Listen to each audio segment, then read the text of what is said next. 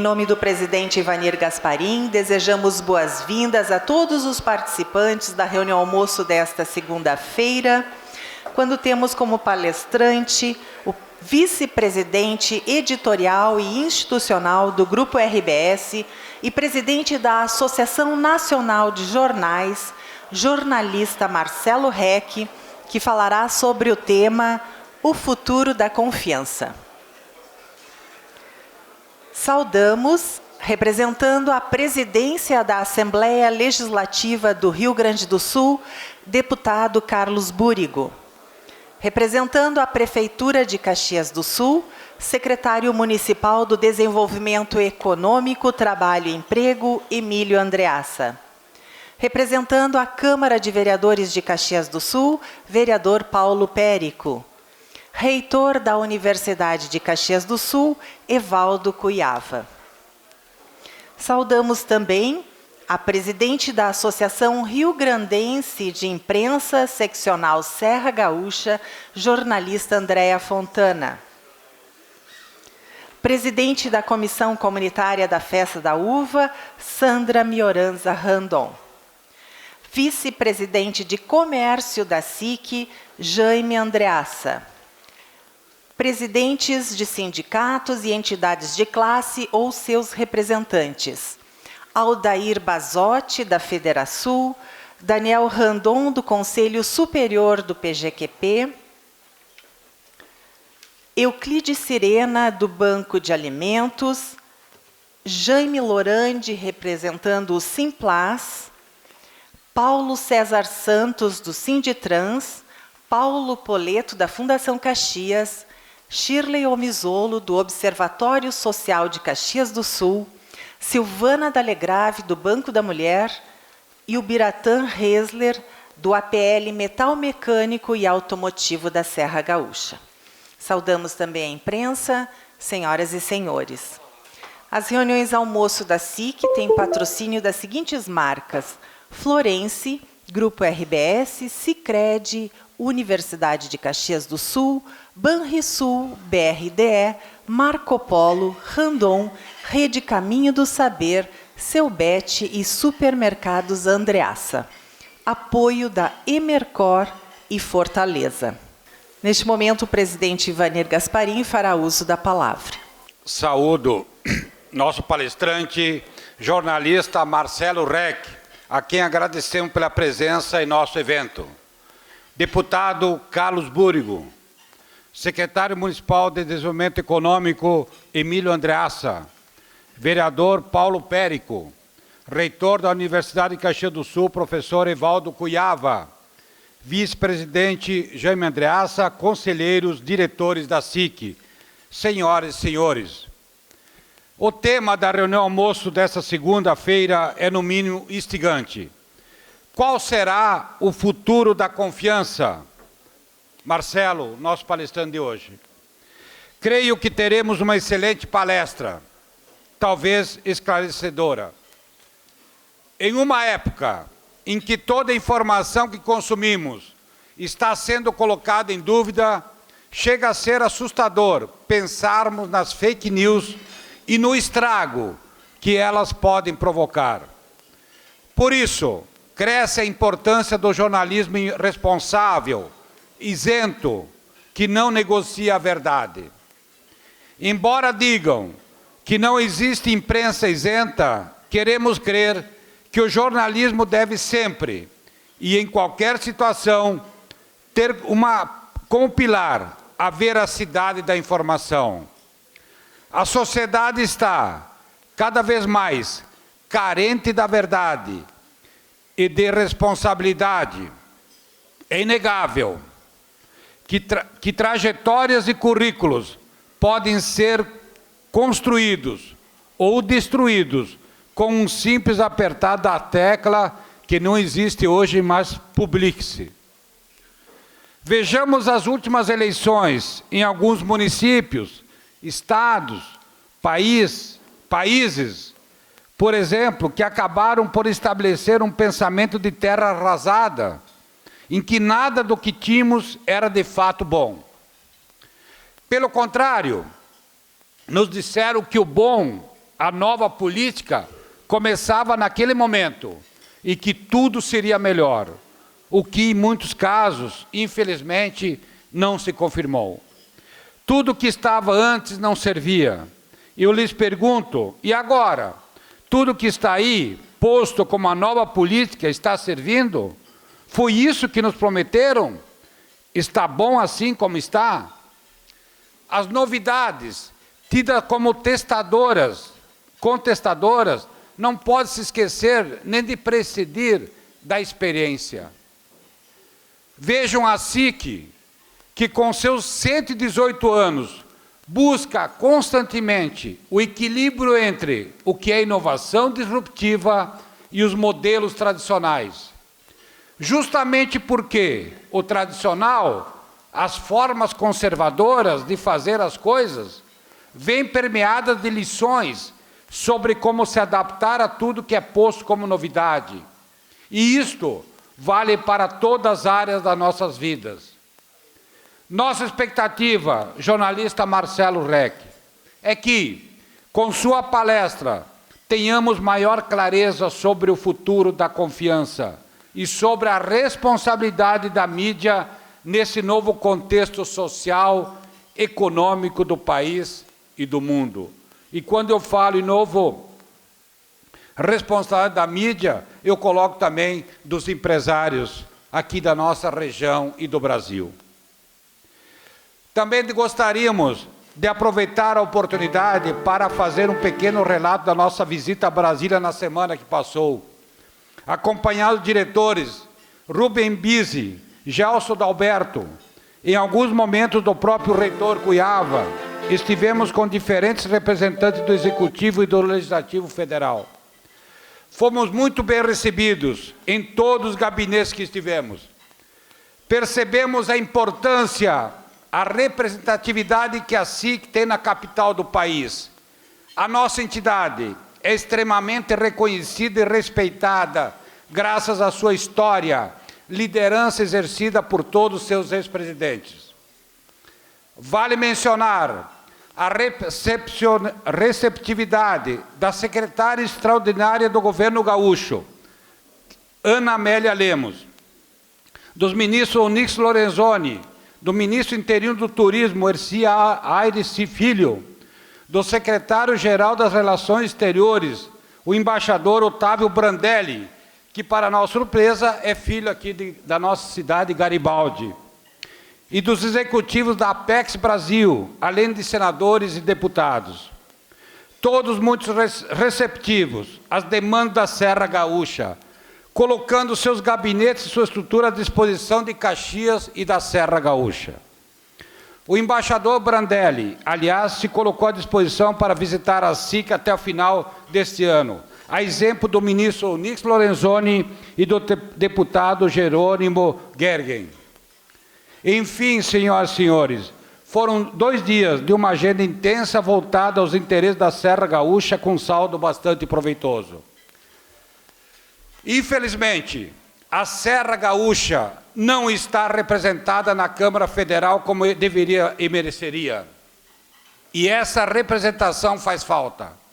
No momento em que emendas parlamentares são destinadas a projetos, principalmente na área de infraestrutura.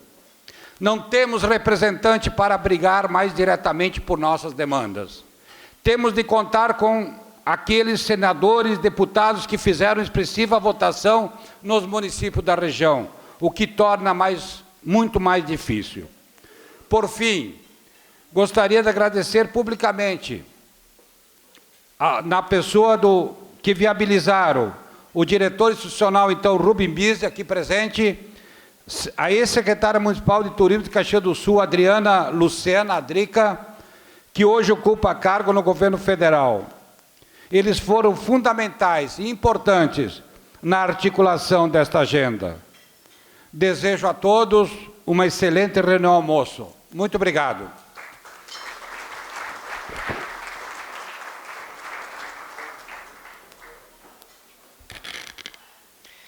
Senhoras e senhores, na ação da associada desta segunda-feira, estamos recebendo 2 empresas.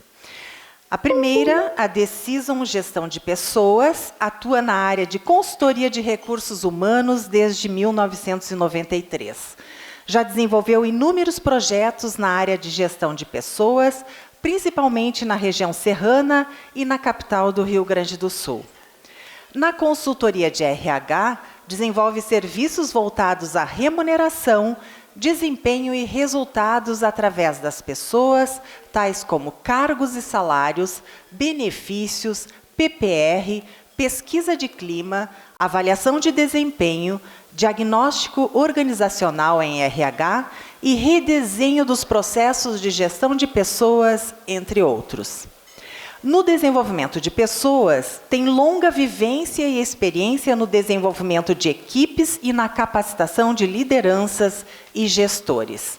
A Decisum é detentora desde 2009 da chancela de produto credenciado pelo PGQP, em gestão por competências e desenvolvimento de lideranças, sendo a única empresa do Estado com esta chancela na metodologia de gestão por competências para empresas de pequeno e médio portes.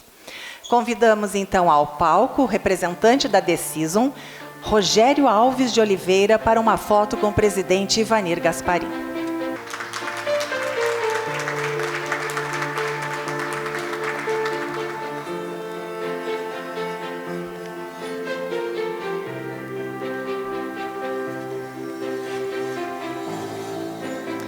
Também estamos recebendo na ação da associada de hoje a Electric Fit. A Academia Electric Fit trouxe para Caxias do Sul um conceito inovador na área fitness para que o cliente desfrute o tempo da melhor maneira, possibilitando resultados satisfatórios e benéficos para a sua saúde. Durante a aula, o aluno tem contato com a tecnologia europeia X-Body, que é referência mundial no segmento, baseada em um treino curto e eficaz por meio de eletroestimulação muscular. Além da possibilidade de uso do colete high-tech, que possui eletrodos estrategicamente posicionados nos principais grupos musculares, atingindo 350 músculos simultaneamente. Convidamos então ao palco a proprietária da empresa, Lisiane Dalpozo, para uma foto com o presidente Ivanir Gasparim.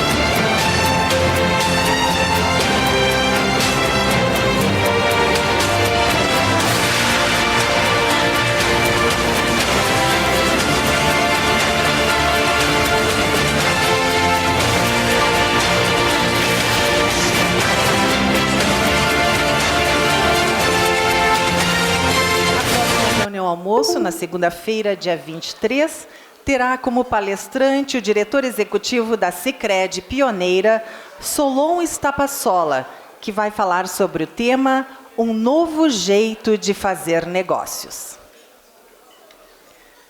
Senhoras e senhores, Marcelo Reck é vice-presidente editorial e institucional do Grupo RBS e atua na empresa desde 1988. É formado em jornalismo pela Universidade Federal do Rio Grande do Sul. É vice-presidente do Fórum Mundial de Editores, ligado à Associação Mundial de Jornais. E há 3 anos é presidente da Associação Nacional de Jornais. Como repórter, atuou em reportagens investigativas e em coberturas como as guerras no Golfo e Balcãs e conflitos na África e América Latina. Cursou o Programa de Desenvolvimento de Executivos da Fundação Dom Cabral e tem cursos de especialização no Media Management Center, vinculado à Kellogg, e de Estratégia de Mídia na Harvard Business School, ambas nos Estados Unidos. Passamos, então, a palavra ao jornalista Marcelo Reck. Obrigado, boa tarde a vocês. Uma alegria estar aqui presente. De novo, obrigado, presidente Ivanir Gasparim, pela recepção. Um abraço especial, muito especial aos meus colegas da RBS, o Joel, o André Fontana, o Donádio, também nosso diretor de comercialização do Rio Grande do Sul. E um abraço a todos vocês, é uma alegria retornar à SIC. É uma entidade que nós também, além de apoiar editorialmente, obviamente pela natureza fundamental da sua atividade, também temos um apoio institucional e que nos dá muita honra e muita alegria. O tema que eu vou dividir, compartilhar com vocês, é um tema muito falado, muito discutido no mundo todo, e que, para o qual nós não temos ainda uma solução definitiva, não temos uma saída, mas há alguns caminhos que são decisivos para o nosso futuro como indivíduos, nosso futuro como empresas, nosso futuro como entidades e nosso futuro como sociedade.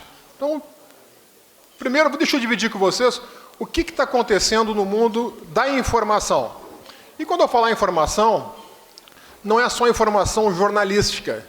A informação, ela é um elemento que pode ser circunstancialmente noticioso ou jornalístico, mas também, às vezes, é conhecimento técnico, conhecimento, reitor, desenvolvido na academia, o conhecimento desenvolvido nos institutos de pesquisa, pela ciência, enfim, por todos aqueles que produzem informação e informação lastreada no princípio da credibilidade.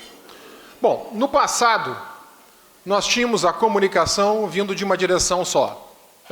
Alguém falava, um jornalista, um comunicador, um político, falava de um lado, e o outro lado ouvia, assimilava. Era o tempo em que a gente brinca, em que os leitores liam, os ouvintes ouviam e os telespectadores assistiam, Daniel e Sandra? Então, vocês não lembram disso, são muito jovens, mas eu que sou mais antigo que vocês, me lembro deste tempo. E há alguns anos nós mudamos para a comunicação interativa. A internet está fazendo 25 anos, já não é algo tão novo, é um quarto de século. Faz agora em setembro no Brasil, 25 anos de internet comercial. Para a interação, começa assim, eu me lembro que ainda quando nós publicamos pela primeira vez nas páginas de 0 Hora, o telefone do editor, não tinha nem e-mail. Foi uma revolução, nenhum jornal do Brasil publicava o nome e o telefone do editor. E aí passamos a aumentar, digamos, a interatividade com o público. E agora nós estamos vivendo essa circunstância das redes sociais, já há uns 10 anos, se acentuando cada vez mais, por uma comunicação em todas as direções, todos ao mesmo tempo, todos atuando, se comunicando de forma vertical, horizontal, diagonal, como nós estamos vendo acontecer em toda parte. Bom, no passado também, os jornalistas, eles tinham a palavra final, e os especialistas tinham a palavra final. Isso tinha um impacto. Por exemplo, esse cidadão de cabelos brancos, foi o principal âncora da TV americana, chamado Walter Cronkite. Ele, em 1968, ele fez uma incursão de mais ou menos 30, 40 dias na Guerra do Vietnã, e quando ele voltou para os Estados Unidos, ele fez um comentário dizendo que não havia como os Estados Unidos vencer aquela guerra, que estava num impasse, e aquele impasse teria que levar a uma mesa de negociação. Essa seria a única forma de sair da guerra. E, na época, o presidente Lyndon Johnson disse, olha, pelo menos é o que conta, a informação histórica, que ele disse, olha, se nós perdemos o Cronkite, nós perdemos a América, ou a Middle America, a América profunda, a opinião pública média americana. E, de fato, também muito por influência dessa opinião pública, os Estados Unidos foram para a mesa de negociação e alguns anos depois acabou a Guerra do Vietnã. Hoje, completamente impensável uma circunstância dessa, de um jornalista, um profissional, por maior credibilidade que tenha, ser capaz de alterar um quadro ou de influenciar um quadro como esse. Então, hoje, todo mundo tem a palavra, todo mundo está constantemente com o celular, em quaisquer circunstâncias, em casa, em trânsito, enfim, e se manifestando, interagindo e amplificando ou não determinadas circunstâncias. Bom, tem inúmeras vantagens, inúmeros aspectos positivos dessa comunicação em todas as direções. Primeiro, se deu muito mais acesso à informação para um número muito maior de pessoas. Também se deu muito mais expressão a pessoas, entidades, organizações que não tinham como canalizar as suas posições de uma maneira ampla. Eu não vou entrar nos aspectos positivos, saudáveis e, obviamente, meritórios dessa comunicação em todas as direções. Para o nosso efeito aqui, eu vou me focar nas consequências negativas e que essas são as que nos preocupam e preocupam o mundo todo. Bom, primeiro aspecto, as redes sociais não têm filtros ou códigos de ética. A comunicação profissional, ela é um pouco parecida com a medicina. Se a gente olhar, na medicina, os médicos, seja na Índia, seja nas Filipinas, na Austrália, na Argentina, na Rússia, na Suécia, têm formações diferentes, têm maneiras diferentes de atuar na profissão, mas os valores basicamente são os mesmos. Eles buscam tratar, curar e prevenir o paciente. A comunicação também. Ela tem formações diferentes, culturas diferentes, práticas diferentes, mas a comunicação profissional, ela, assim como o médico, ela procura acertar. Ela não vive do erro. O médico não vive do erro. O médico não acerta sempre, mas ele vive do acerto, do diagnóstico correto, da cirurgia ter dado certo. A imprensa, o jornalista profissional, com todas as suas complexidades e diversidades, ele também tem essa natureza na sua atividade de buscar o acerto. Ninguém na atividade jornalística vive de erro, não se paga por isso. Tá? Não tem valor, não é um modelo de negócio na atividade jornalística profissional. Você vai encontrar curandeiros na medicina, charlatães, como você vai encontrar curandeiros, charlatães e até ex-jornalistas atuando no campo da comunicação e querendo se passar como médicos da informação, que na verdade não o são, deixaram de ser ou nunca o foram. A mesma coisa acontece na comunicação. Só que nessa comunicação diagonal, que começou como uma grande explosão de liberdade de expressão, ela não segue esta formação moral, ética comum, mesmo com todas as variações e graduações que existem. Essas graduações éticas e morais, não segue nenhuma, necessariamente, nenhum código de ética, nenhum filtro, nenhum processo de autogestão. E, pelo contrário, uma parte importante das redes sociais foi confiscada por aqueles que fazem não do acerto a sua atividade, mas que fazem do erro deliberado a sua atividade. Viram que tinham uma oportunidade de estabelecer, por meio desta nova forma de comunicação, a possibilidade de espalhar desinformação. Não por um equívoco, como acontece muitas vezes na atividade profissional, mas por uma atividade específica de obter vantagens políticas ou econômicas ou de diferentes naturezas. Então, um aspecto muito relevante que favoreceu a disseminação rápida e favorece a disseminação rápida da desinformação nas redes é que essa informação geralmente não vem de uma fonte original. Ela vem de alguém em quem a gente confia.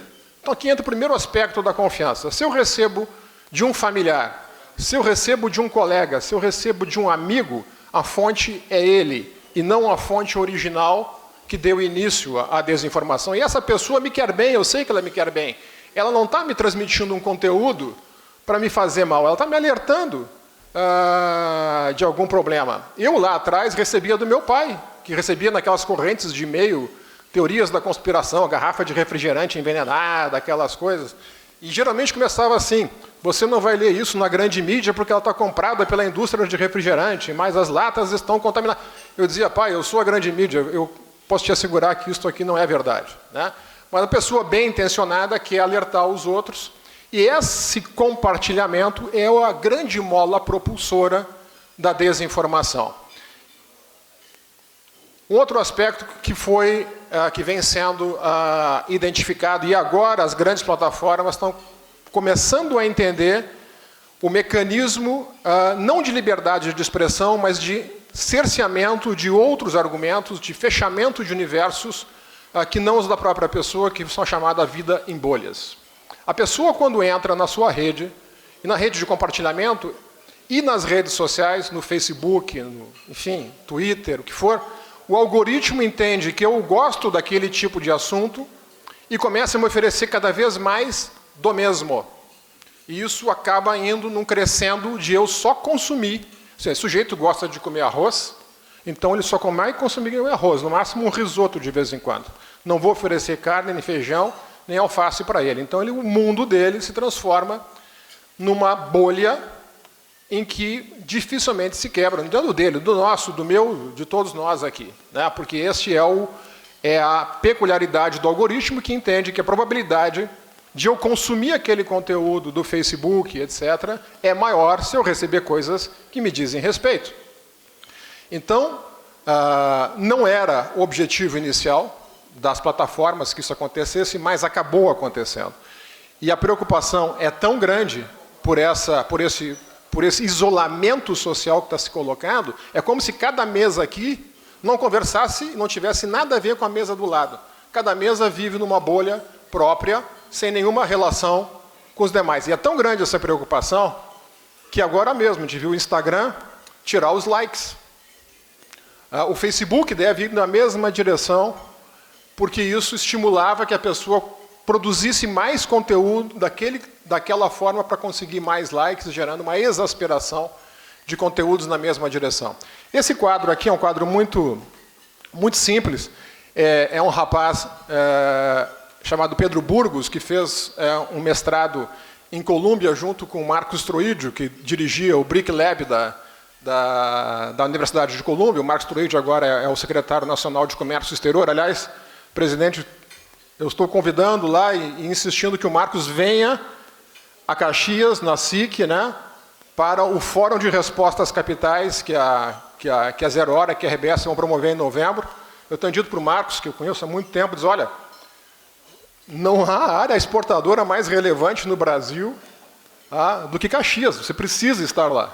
Conhecer Caxias, na prática, é claro que ele conhece, mas conhecer e ouvir o empresariado. E a gente quer ver se consegue em novembro, quando o Fórum de Respostas Capitais está aqui, com o Marcos Troídio. Pois esse rapaz trabalhava com o Marcos Troídio em Nova York, e ele desenvolveu uma leitura automática de quais são os conteúdos mais compartilhados no Facebook no Brasil ao longo de uma semana. Eu peguei uma semana qualquer aqui, ele catalogou mais ou menos umas 100 fontes, veículos de comunicação, de diferentes tendências, políticos, sites, blogs, etc., e colocou esquerda moderada, centro, direita moderada e direita.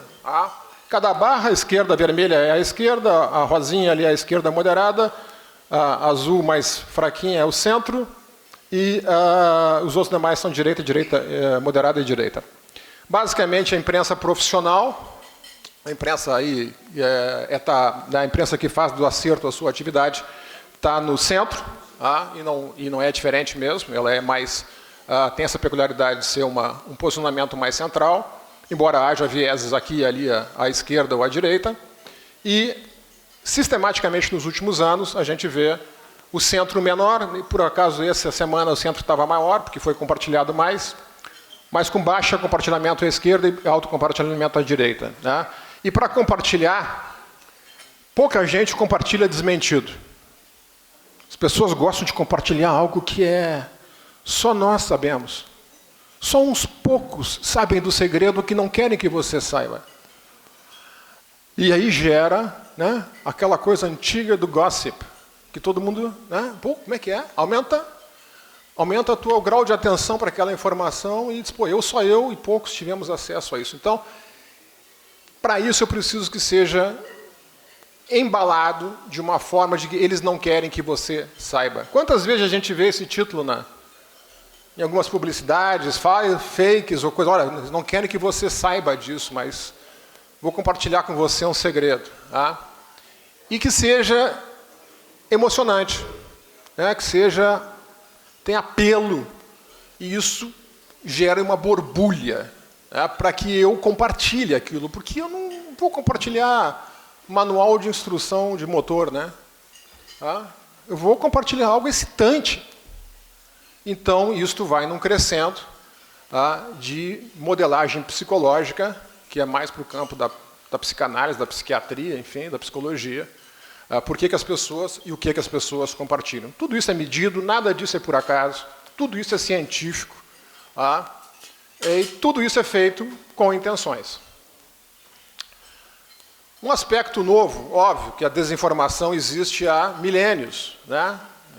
Desde que existe o ser humano, se passa boato à frente, o rumor, tentando causar algum prejuízo a adversários ou benefício a determinadas circunstâncias. A diferença atual é que se espalha instantaneamente, pelo compartilhamento e pela velocidade digital.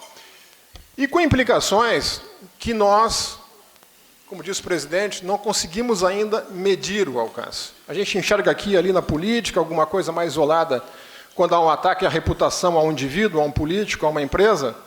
Mas essa notícia aqui, essa aqui é uma reportagem do New York Times, que saiu em 2015, que mostra o seguinte, só que só para ver que não é recente, mas em 2015, perto da véspera de Natal, saiu uma entrevista ping-pong, que no nosso jargão é pergunta e resposta, muito bem feita, com toda a aparência de verdadeira, do ministro da Defesa de Israel. E na entrevista, o ministro dizia o seguinte: se o Paquistão intervier na guerra da Síria, Israel não vai aceitar essa interferência e vai intervir também. Quando essa entrevista circulou, o ministro da Defesa do Paquistão tuitou, e ali no meio está o tweet dele, na setinha azul, não dá para ler, dizendo o seguinte: se Israel acha que pode nos ameaçar, eu quero avisar que o Paquistão também tem armas nucleares e pode retalhar. Quando o ministro da Defesa do Paquistão tuitou isso, acendeu um alerta laranja em Israel. Escuta, do que o cara está falando? Que entrevista é essa? Bom, primeiro, a entrevista nunca tinha sido dada pelo ministro da Defesa. O nome da ministra da Defesa era outro. Tinha sido completamente inventada a entrevista. Obviamente, não posso dizer que se chegou à beira de uma catástrofe nuclear, mas houve um estranhamento entre duas potências nucleares por causa de uma entrevista absolutamente falsa.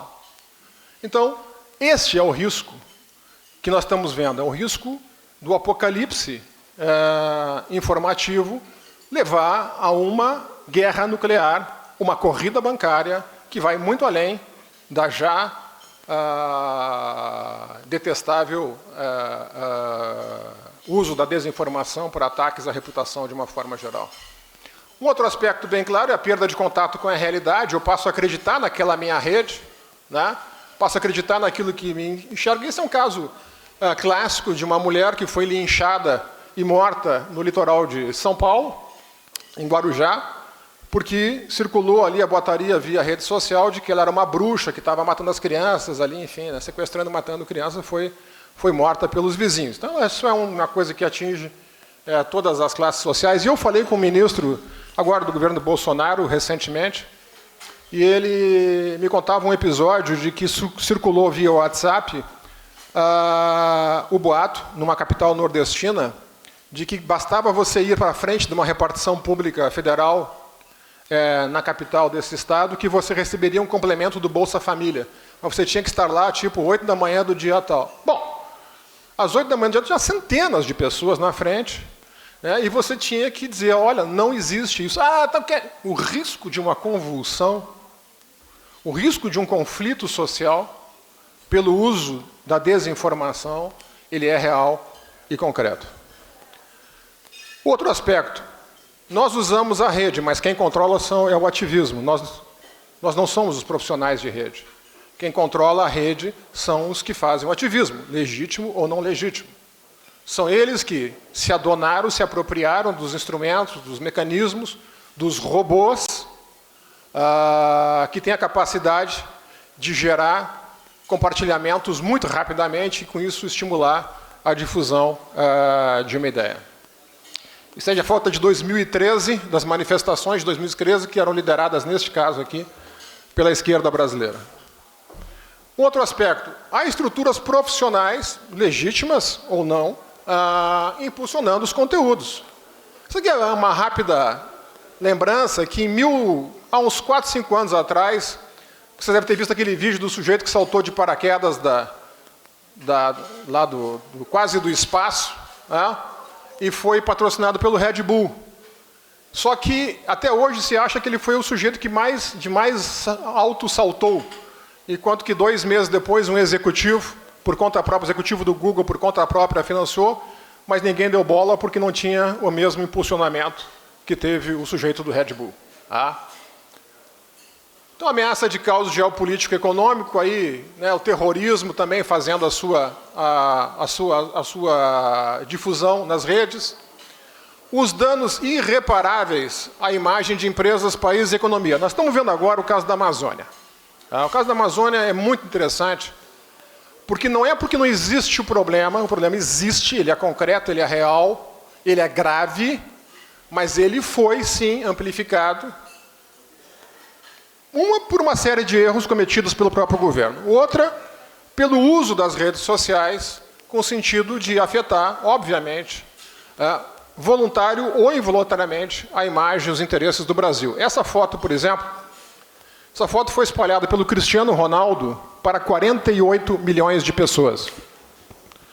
Essa foto, que é impressionante, ela é do banhado do Taim, de 2013, da Zero Hora. E nós, óbvio, fizemos, né, a Zero Hora, a RBS, a Gaúcha ZH, disse, Cristiano Ronaldo usa a foto do Rio Grande do Sul para protestar contra queimadas na Amazônia. É a foto até hoje, eu acho, André, com a maior visibilidade da história da RBS, 48 milhões de seguidores. E como é que a gente bota essa pasta de dente para dentro do tubo de novo? É óbvio que nós temos um papel de trazer a verdade, de mostrar a verdade, mas o correto seria, primeiro, o Cristiano Ronaldo assumir que fez essa aberração. O segundo, que a gente vai pagar os direitos autorais, que não pagou nada, né? Além de tudo, furtou a foto do fotógrafo. Tem direitos autorais aqui envolvidos. Isso não é um uso público, isso é um uso comercial, de como qualquer outro produto mercantil. E, ainda pior, né? A matéria de 2013 entrevistava o gerente da estação do Taim, dizia que esta queimada não tinha matado nenhum animal, que ele tinha percorrido todo, e que, ao contrário, tinha sido benéfica para a regeneração, que de anos em anos é preciso uma queimada dessa, enfim, porque não é. Então, além de tudo, a própria queimada não foi um grande problema para o Taim. Tá? Como é que a gente bota para dentro de novo?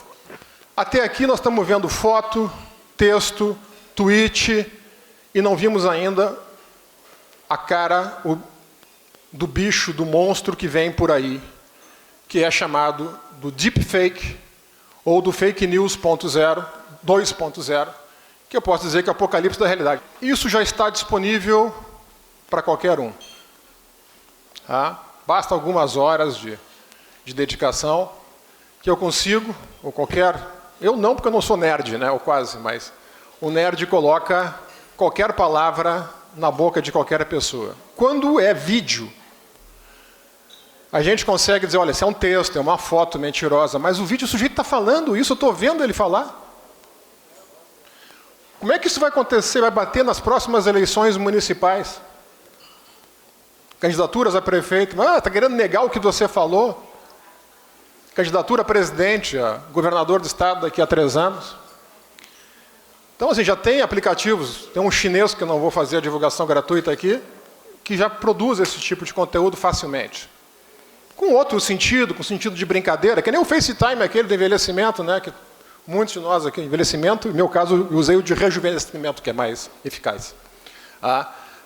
Usamos, e faz isso por brincadeira, por diversão, mas isso também serve por uma intenção maldosa, que é o deepfake e o uso da inteligência artificial para acelerar ainda mais a difusão da desinformação. Bom, nesse mundo todo, em quem confiar e como confiar nas coisas? Primeiro, é óbvio que nós, né, nas entidades de comunicação, de jornalismo profissional, temos discutido muito isso.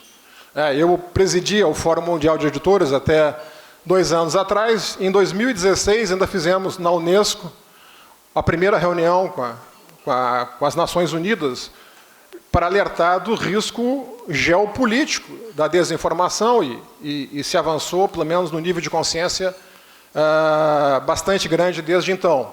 Inclusive com as plataformas.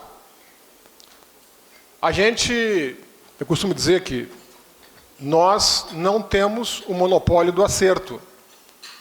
da comunicação profissional. Ao contrário, erramos em julgamento, erramos em informação, mas estamos no ramo do acerto e quando erramos procuramos consertar.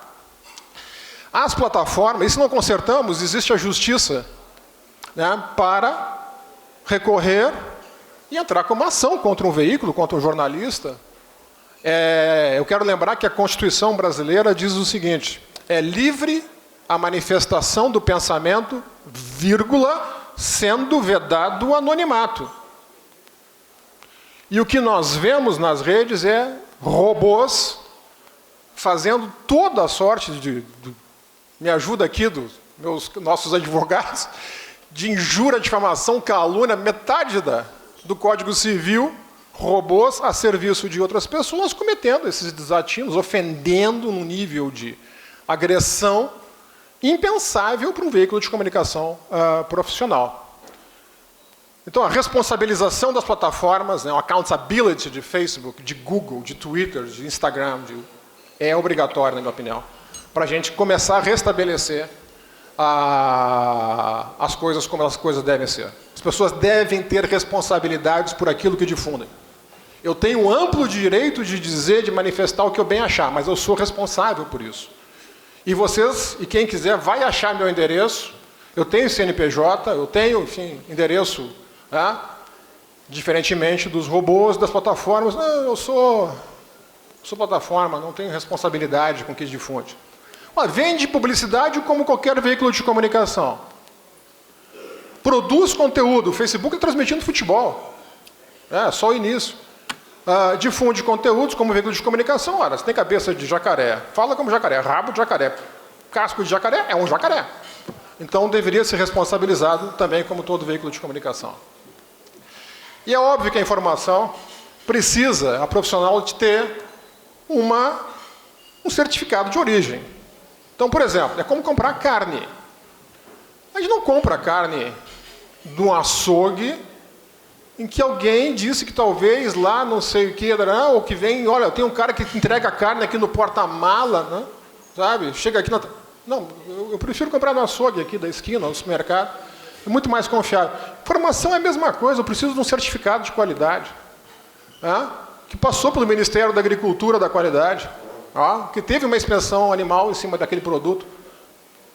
E para ter isso, assim como qualquer organização profissional, qualquer empresa das senhoras e dos senhores que têm responsabilidades, não só as jurídicas, mas as morais e sociais também, valores, éticas, princípios que norteiam a atividade empresarial, que a comunicação é uma atividade empresarial como qualquer outra.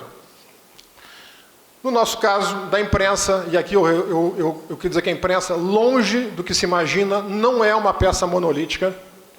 A imprensa tem multifacetas, há veículos profissionais, individuais, coletivos, fazendo jornalismo ou comunicação num amplo espectro de diversidade, de pensamento, de posicionamentos, etc. Portanto, não existe a imprensa, a gente fala por facilitar, mas não existe como um aspecto monolítico. Dentro de uma empresa de comunicação mesmo, é da natureza da atividade, sobretudo de algumas empresas, que aqui é o caso da RBS, por exemplo, e da maior parte das empresas profissionais, que haja divergência deliberada dentro das opiniões da empresa. Então é muito comum nós publicarmos artigos, colunas de pessoas que contrariam a própria posição da empresa. E quem não entende isso, às vezes, assim, mas como vocês toleram que alguém publique um artigo, uma posição absurda dessas? Não, isso faz parte da pluralidade. Nós entendemos que as pessoas devem ter o direito de receber diferentes visões sobre diferentes fatos e que, a partir deste equilíbrio, deste cotejo de visões, formem o seu próprio julgamento. Isso se chama pluralidade.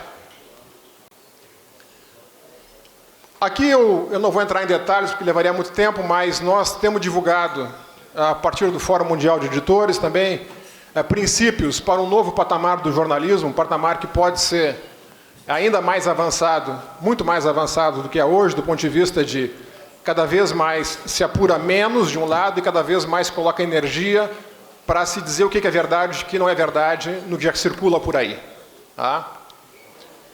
Um outro aspecto importante também, olhando aqui para a saída já, né, para o encerramento. Educação para a mídia. Como é que as crianças, os adultos, os adolescentes identificam sinais de falsidade? Então tem muita gente trabalhando forte nesse sentido, né?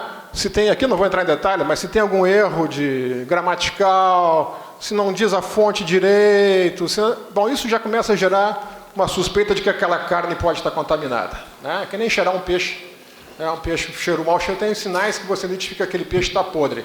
Com uma notícia, a mesma coisa, só que, obviamente, de uma maneira mais precisa, de um pouco mais técnica. E muitas vezes está tão bem embalado que mesmo profissionais, mesmo jornalistas treinados, acabam se confundindo. Um outro aspecto, eu gosto muito dessa citação do Abraham Lincoln, que eu acho ele muito sensato, ele foi um grande visionário. Uma outra coisa é uma visão de uma ideia bastante simples. Não acreditar no que está na internet só porque tem uma foto do lado. Além de tudo, a gente tende a achar que existe a informação falsa e a informação verdadeira. Não é apenas isso. Você tem, não digo 50 tons, mas ali, temos 7 tons de graduações de tipos de desinformação, que vai desde um título que não se conecta com a notícia, está diferente, está desconectado, mas usa o título para chamar a atenção, até informação, uma reportagem completamente correta com uma informação falsa enxertada no meio, até uma informação que é 100% inventada, falsificada. Então, essas graduações complicam o processo, que será ainda mais complicado quando nós tivermos agora a deepfake, ou a fake news 2.0, com a inteligência artificial e o uso de vídeo em larga escala, de identificar o que é falso e o que não é falso. É importante também que todo mundo, ou pelo menos aqueles que têm responsabilidade e que têm algum peso na formação de opinião, que entenda o ecossistema da comunicação. Aquilo que eu digo, ele não é monolítico, ele é muito diversificado. Aqui, de maneira bastante simplificada, o modelo americano, à esquerda, nós temos ali alguns sites de esquerda, à direita, sites de direita, veículos com maior ou menor credibilidade, e alguns com maior ou menor credibilidade também na curva vertical. E a tendência é a seguinte: olha, confie no centro, que vive do acerto, basicamente, e confie ainda mais na bolinha mais escura, porque não tem ainda um viés tão, às vezes, apelativo ou quase sensacionalista em algumas ocasiões. Então, isso é interessante, porque geralmente as pessoas acham que tudo é a mesma coisa, e é a maneira normal da gente pensar estereotipada, mas não é. É muito diverso esse ecossistema. Grandes desafios à frente, e aqui não só para a comunicação, para todo mundo. Como é que nós revertemos o descrédito generalizado nas instituições? Porque o descrédito nas instituições é que dá a base para se compartilhar conteúdos não necessariamente verdadeiros, porque estão querendo esconder alguma coisa de você. As grandes empresas, o judiciário, o governo, a imprensa, os políticos, a igreja, enfim, ninguém presta. Para eu formar o estofo, o chão que será fértil para a desinformação, nada pode ser muito confiável. Só este conteúdo, só este grupo que compartilha isto é que pode dar confiança. E é evidente que nós vivemos, no Brasil e no mundo, uma crise acelerada artificialmente e também por muito culpa de todas as nossas instituições, todos nós, de facilitar, digamos, a difusão desse descrédito que é a base da fake news. Há o aspecto também do alfabetismo midiático, as pessoas não conseguem distinguir o que é notícia de opinião, o que é artigo de reportagem, o que é título de manchete, enfim, é normal isso, mas eu acredito, assim como a gente estuda história, geografia, português, deveríamos também ensinar as pessoas a identificar e ler a mídia de uma maneira crítica, de uma maneira, enfim, para uma educação que previna este problema que nós vamos ver cada vez mais acentuado. Outro aspecto, grande desafio, WhatsApp e grupos fechados. No Facebook, no Twitter, a gente consegue identificar com mais facilidade o que é falso, e aí nós temos nossas redes individuais, no caso dos veículos de comunicação, ou de alianças entre veículos de comunicação. Então, por exemplo, a Globo tem uma rede muito eficaz chamada Fato ou Fake, que divulga, né, claramente o que é verdade e mentira em determinado conteúdo. E nós temos também uma aliança dos veículos brasileiros, que trabalhou nas últimas eleições e continua trabalhando hoje, e vai ter que continuar trabalhando, que é o Comprova, que reúne em torno de 20 veículos de operadoras de informação para apurar, checar a informação. Mas a gente não consegue ver o que está acontecendo dentro do WhatsApp. Porque a gente não sabe se aquela informação está compartilhada por 100 pessoas ou por 10 milhões de pessoas. Porque 100 pessoas é uma coisa, 10 milhões é completamente diferente. Tem uma outra dimensão, merece um outro tipo de esforço no que a gente chama de debunking, né? na certificação da informação. Então ainda é muito recente e por isso que o WhatsApp se transformou também, talvez, no principal centro difusor de desinformação. Porque nem o Facebook, o próprio Facebook e as plataformas, precisamos reconhecer, estão empenhadas em tentar corrigir pelo menos parcialmente dos seus problemas, porque começa a ameaçar o modelo de negócio deles. Então, com muita frequência, o Facebook, enfim, desativa contas que difundem sistematicamente fake news, etc. Só que no WhatsApp isso não é possível. Tá? Não se enxerga. É um enorme desafio. E a outra é a velocidade e a criatividade dos falsificadores, porque et la lei, et la trampa. A gente anda numa velocidade e quem faz a desinformação é na velocidade mais alta. Em contrapartida, e aqui vamos para o encerramento, neste mundo de desinformação, e não é só desinformação de notícia, é de tudo. É sobre o produto que nós fabricamos, sobre o produto que vocês fabricam, sobre a mercadoria que vocês vendem. Nós vivemos num universo em que eu não preciso, em tese, mais sair de casa para consumir qualquer coisa. Seja informação, seja comprar de um site. Quase nada. Há uma hiperoferta. E eu tenho uma possibilidade de escolha de conteúdos ou de mercadorias praticamente ilimitada. Nesse universo em que a competição ela é absurdamente alta, ela é infinitamente alta, pode-se dizer, qual é o diferencial? O que vai fazer diferença no negócio de vocês, no nosso negócio? Eu estou convencido que cada vez mais será a base de tudo é a confiança. Claro, vai ter qualidade de serviço, capacidade de atendimento, vou ter com quem falar caso dê algum problema, claro, mas tudo isso é parte da confiança. E eu estou disposto a pagar mais se é confiável a minha relação com aquele produto, com aquela mercadoria, porque ele será mais duradouro, terá na sua gênese a intenção de produzir algo bem feito e não de produzir algo para ganhar um valor rapidamente e desaparecer. Então a confiança é o que vai determinar as relações empresariais e pessoais no futuro. Mais acima do que qualquer outra legislação ou lei. Confiança também não se constrói de uma hora para outra. Isso vem de anos, de décadas, né, Daniel Randon? Não constrói de uma hora para outra. Isso vem de 70 anos. Parabéns. Uma construção de décadas, a RBS também, mais de 60 anos, não nasceu ontem. Não é que é um produto que tenha nascido ontem e não seja confiável, mas é uma relação confiável, enraizada, leva anos. Assim como lembrou o presidente, em 2 minutos ela se destrói, ou pode se destruir, num ataque de reputação.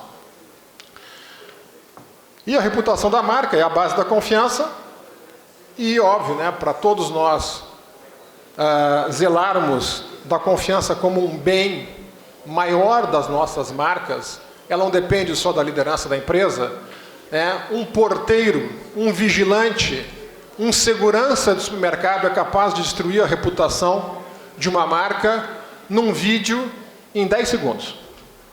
Já vimos vários destes casos acontecendo. Então a reputação é um bem coletivo das marcas, dos indivíduos, das marcas e das sociedades. Muito obrigado por vocês.